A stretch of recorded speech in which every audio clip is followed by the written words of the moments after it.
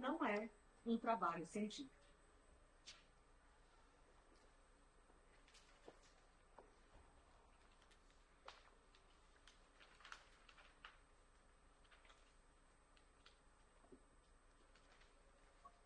Ei, isto não é um trabalho científico. Uma conferencista performer apresenta um trabalho acadêmico, ajudada por um ator e por uma atriz, que agem como se estivessem em uma peça de teatro verbatim, isto é, em cena com fones de ouvido, tendo que reproduzir para o público, da melhor forma possível, o que estão ouvindo nos fones de ouvido.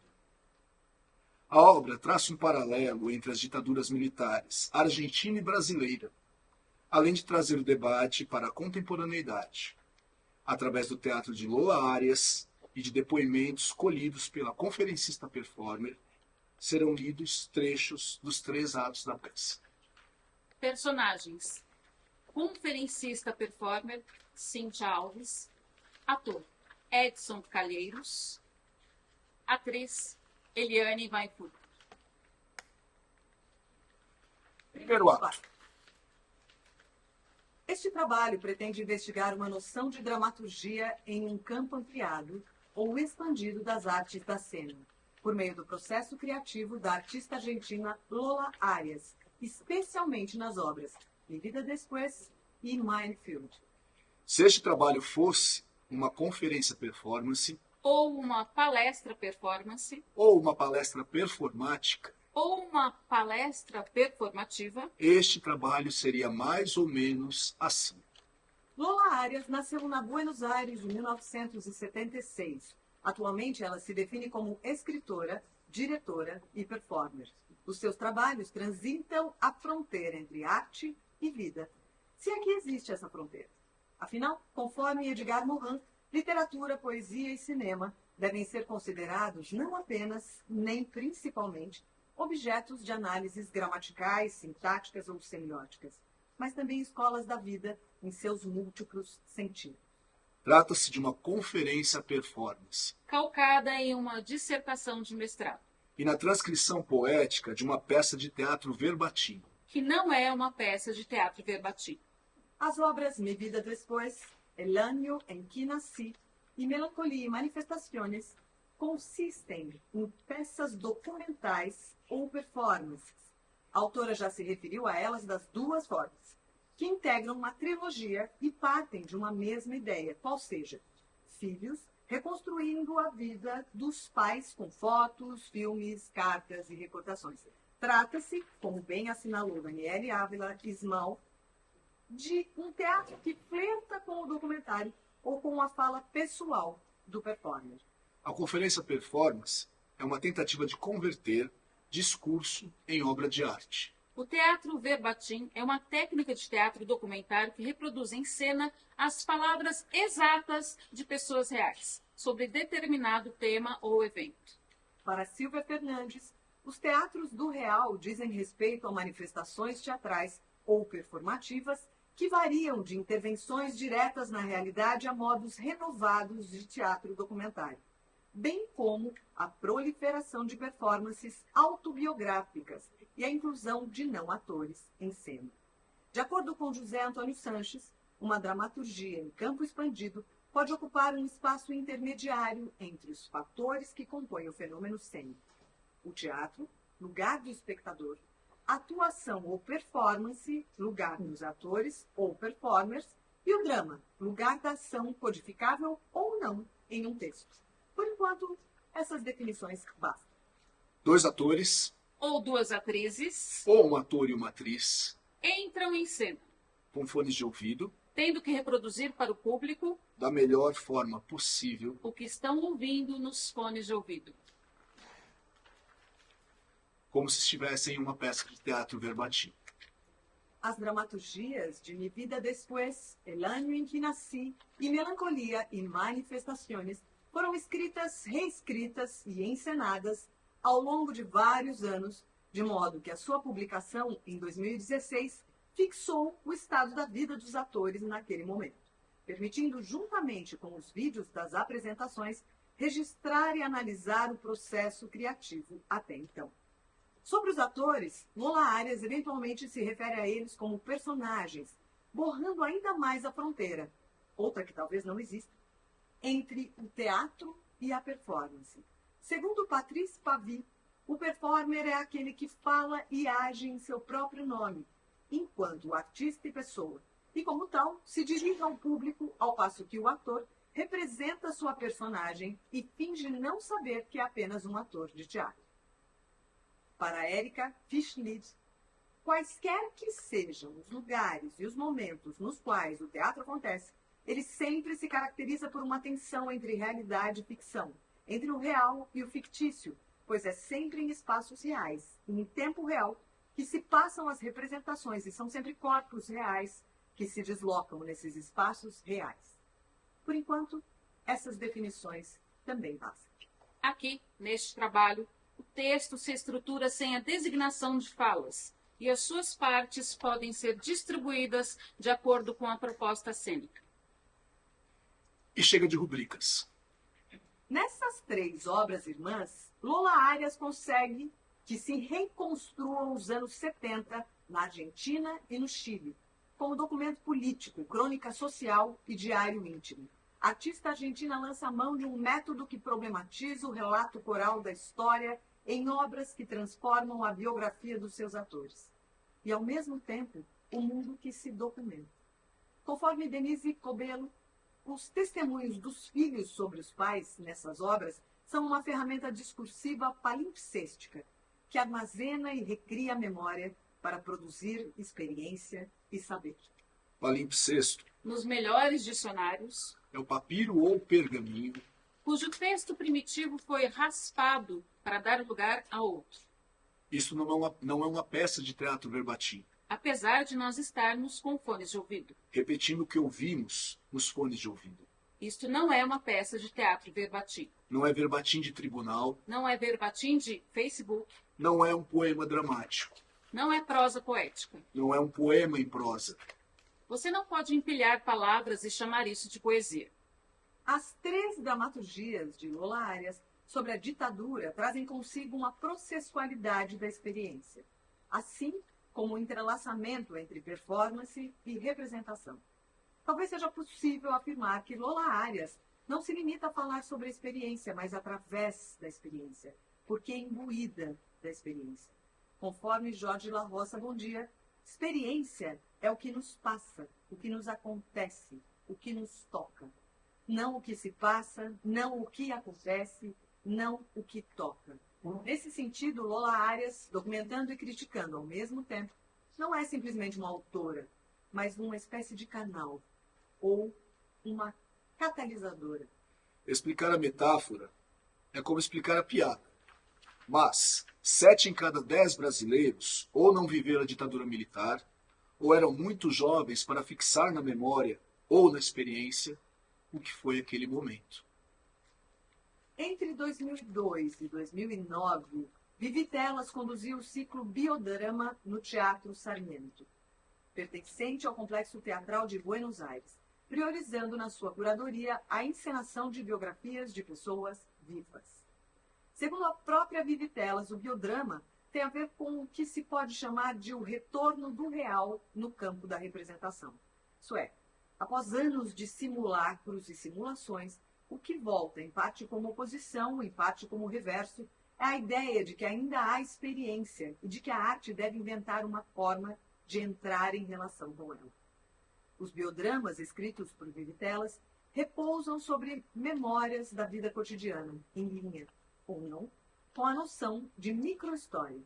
Como ressalta Pamela Brownell, a peça Mi Vida Después é fruto do ciclo Biodrama, embora ela não tenha sido apresentada dessa maneira quando estreou, tanto porque estava em consonância com trabalhos anteriores de Lola Arias, quanto porque Vivi Telas não estava mais à frente do Teatro Sarmiento. Aqui, neste trabalho, o teatro verbatim é uma metáfora do procedimento. É a processualidade da experiência. Quer dizer, se você nasceu no Brasil após a ditadura civil-militar, na Nova República, você não viu, mas você ouviu. E você tentou reproduzir o que você ouviu, da melhor forma possível. Como se você fosse um ator ou uma atriz de uma peça de teatro verbatim. Em Mi Vida Después, um trabalho de 2009, os filhos, já adultos, vestem as roupas que os pais usavam quando jovens, a fim de reconstruir essa juventude como se fossem duplos ou dublês, dobles de risco, dispostos a fazer as cenas mais difíceis de suas vidas. A peça é um retrato da geração de Lola Arias, uma geração de argentinos que nasceu em plena ditadura militar, uma geração cujos pais lutaram, desapareceram, exilaram-se, torturaram ou se manifestaram indiferentes à política. Para escrever a primeira peça da trilogia, Lola Arias entrevistou filhos que lhe levavam fotos, cartas, fitas cassete e todo tipo de objetos dos seus pais.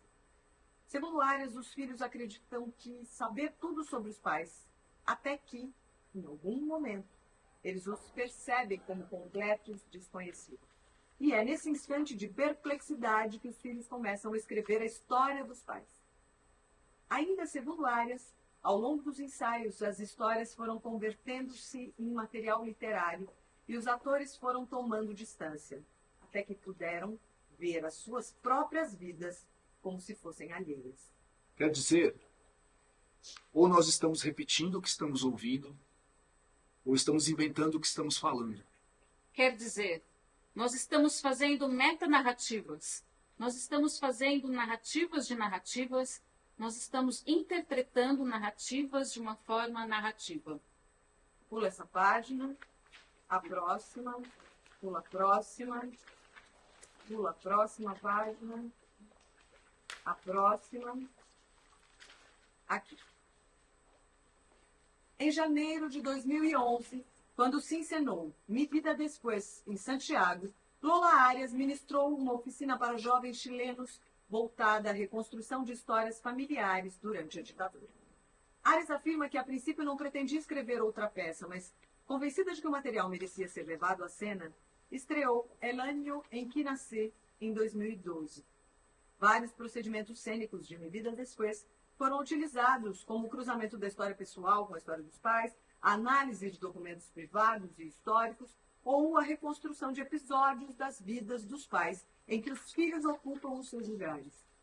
Nada obstante, houve procedimentos novos, como a reconstrução coletiva de fatos históricos, a inclusão das consequências da ditadura na vida dos pais, bem como os conflitos de criação da própria peça. A principal diferença entre as peças é que os atores de Mi Vida Después estão mais ou menos de acordo sobre como contar a história, enquanto os atores de El Año en que Nací não conseguem dar uma versão comum da ditadura chilena. O desacordo e a impossibilidade de um relato único, assim como a possibilidade de conviver no desacordo, aparecem com mais força na peça Minefield, ou Campo Minado, de 2016, e no teatro, no filme Theatre of War, ou Teatro de Guerra, de 2018, nos quais Lola Arias colocou frente a frente veteranos argentinos e ingleses da Guerra das Malvinas. Assunto para o próximo ato. Hay que respetar a los británicos, porque los británicos sabem morrer. Disse-me Juan, o meu professor de espanhol, que é argentino. Assunto para o próximo ato. Na época, brasileiros e argentinos viviam sob ditaduras. As ditaduras matam pessoas. Assunto para o próximo ato. A ausência de uma política de memória. A banalização da violência. A polarização que desumaniza o sujeito em oposição.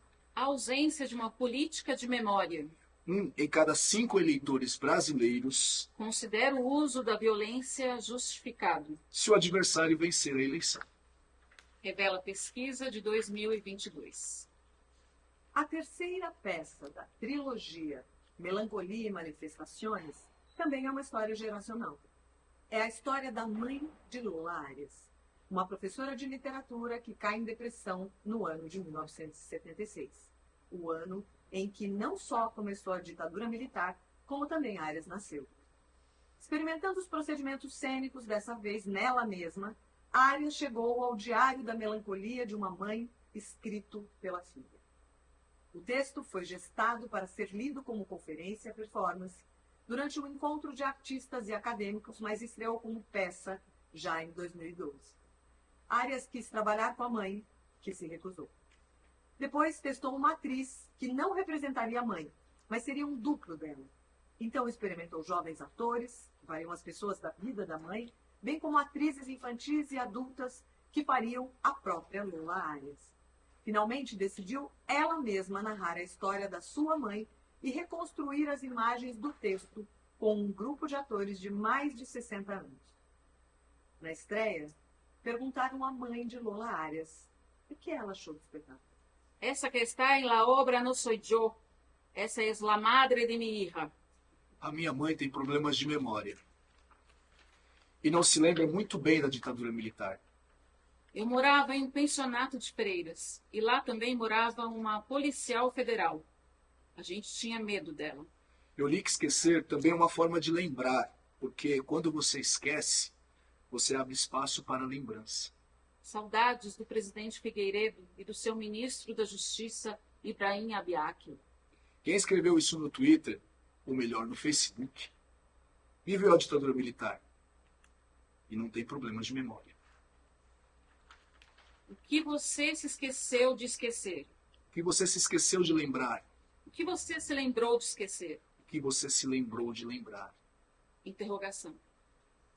Em 2013, Lola Arias veio ao Brasil, a fim de participar do projeto Companhia Provisória, que tinha a ver com uma série de intercâmbios entre a pequena orquestra e outras companhias, sempre na intenção de criar, em curto espaço de tempo, 2 semanas, espetáculos ou performances cujo foco fosse a pesquisa de linguagem em uma ocupação do Teatro Ipanema, no Rio de Janeiro.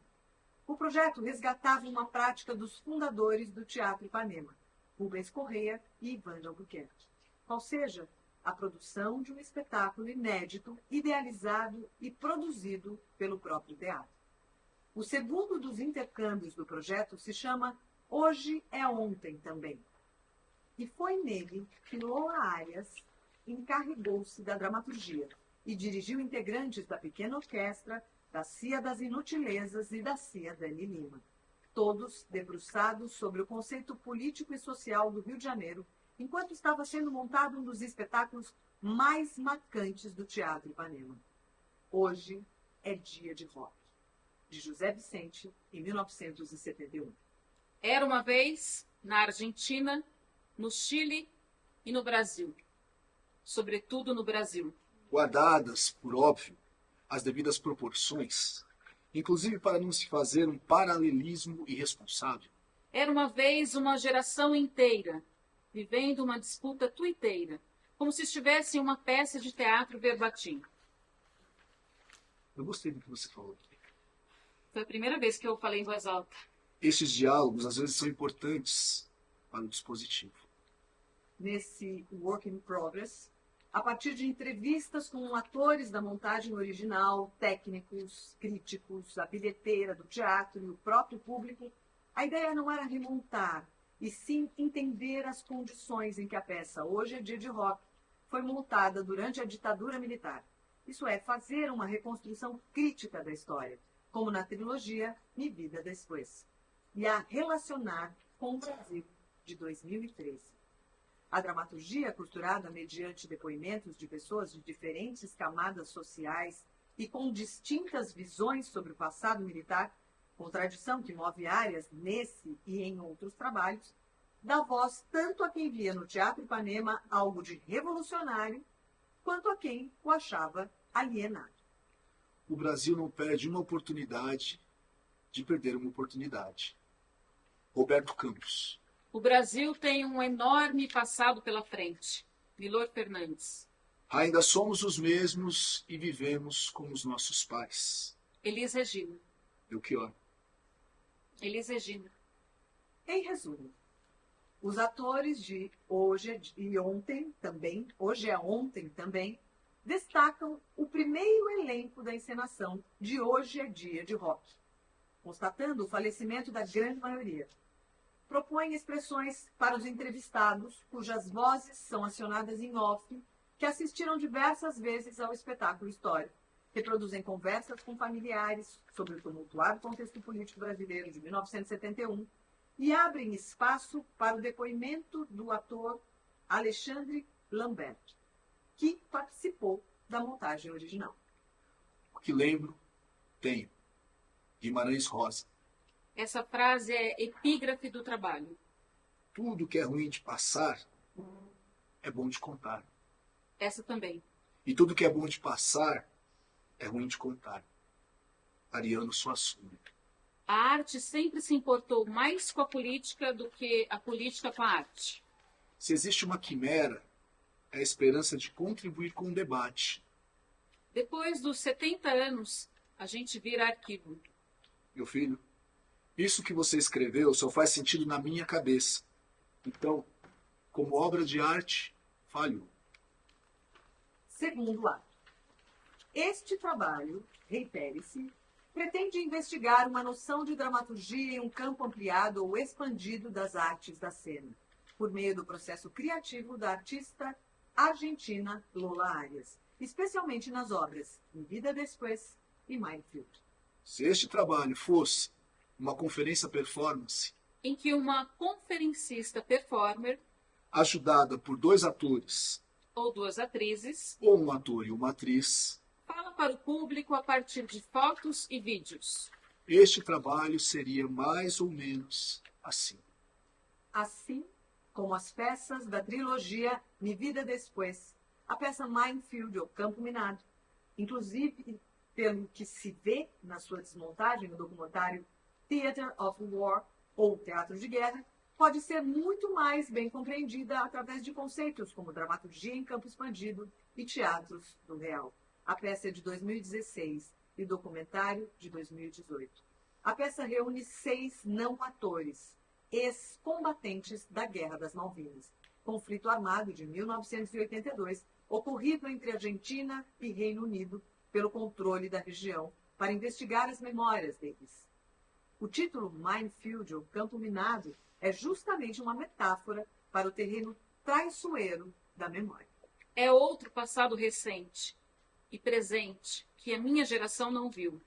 Há que respeitar os britânicos, porque os britânicos sabem morrer.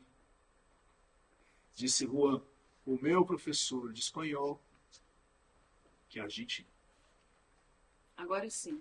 Um set de filmagem transformado em máquina do tempo coloca antigos inimigos frente a frente. Veteranos argentinos que não falam inglês e britânicos que não falam espanhol, para trabalharem juntos, contando as histórias uns dos outros. Logo, agora não são mais atores falando dos seus pais, são não atores falando de si mesmos. Não é mais o corpo como suporte do testemunho do outro. É o corpo como suporte do próprio testemunho.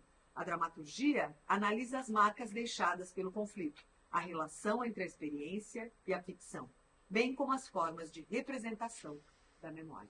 Requisitos mínimos para acompanhar esta parte do trabalho: um smartphone e fé na humanidade. Abra a câmera do seu celular. Aponte a câmera de seu celular para o QR Code. Abra o conteúdo do QR Code. Eduardo Aleixo, o autor deste texto, irá distribuir um cartão com o QR Code para vocês. Deve dar certo. Caso não dê, verifique nas configurações de se o seu leitor de QR Code está mesmo ativado. Ou procure um scanner de QR Code na sua loja de aplicativos. Tentem depois, porque aqui não tem acesso à internet. Estas falas podem ser adaptadas ou suprimidas conforme a encenação. A maneira como Lola Arias organiza os atores, não atores ou personagens de Mi Vida Después e Minefield remete a um projeto que foi concomitante a esses trabalhos, qual seja Audition for a Demonstration ou Audition para uma manifestação. A partir de anúncios em jornais ou em outras mídias, a performance convoca todos aqueles que desejam participar da reencenação massiva, reenactment, de uma manifestação do passado. Em algum lugar entre American Idol e um centro de recrutamento político. O júri, formado por artistas, entrevista as massas e as faz atuar. Cada participante é confrontado com as suas próprias ideias, memórias e imaginação sobre determinado evento. Trata-se de uma performance cuja forma é a audição de atores espontâneos que encaram a câmera sem nunca haverem ensaiado. É, pois, mais um trabalho sobre a memória coletiva, a mediatização da política e a relação entre ficção e história. Pula essa página. A próxima também. A próxima página. E a outra. Aqui. Podemos? Por sua vez, a maneira como Lola Arias estrutura e apresenta esses trabalhos todos está em perfeita consonância com outro projeto que ela orienta desde 2012, My Documents, ou Miss Documento. Segundo a convocatória da última edição, que aconteceu de 5 a 7 de abril de 2022, no Centro Dramático Nacional, CDN, em Madrid, Miss Documentos tem um formato mínimo. O artista encena com os seus documentos a fim de tornar visíveis as pesquisas que às vezes se perdem em uma pasta sem nome no computador. Ainda segundo a convocatória, o gênero da conferência performance nasceu nos anos 1960 com Joseph Beuys e Robert Smithson, como uma forma de converter um discurso em uma obra de arte. Às vezes eu me sinto um pouco como Brian Herslinger, no documentário da guerrilha My Date with Drew. E eu nem gosto desse documentário. Brian Herslinger é um cidadão americano comum, apaixonado pela atriz Drew Barrymore, desde a infância, quando a viu em ET, o extraterrestre. Já adulto, Herslinger fez um documentário sobre sua tentativa de se encontrar com Drew Barrymore, em apenas 30 dias e desembolsando apenas $1.100. Herslinger entende como eu me senti quando pedi uma entrevista com Lola Arias e a assessoria dela recusou devido a uma renda ajustadíssima, aconselhando-me a procurar por entrevistas na internet e me desejando lo mejor en la investigación. Terceiro ato. Este trabalho, nunca é demais lembrar, pretende investigar uma noção de dramaturgia em um campo ampliado ou expandido das artes da cena, por meio do processo criativo da artista argentina Lola Arias, especialmente nas obras Mi Vida Después e Mindfield. Se este trabalho fosse uma dissertação de mestrado, Estruturada como conferência performance. o sumário ou a sinopse não seria, como é, uma pista falsa. E o capítulo sobre o estado da arte ficaria para o final. Se este fosse um trabalho científico, Não sobre a guerra, nem sobre a ditadura, mas sobre a memória desses eventos. no teatro e na vida, Este trabalho seria mais ou menos assim. Fim. Não há tempo para perguntas.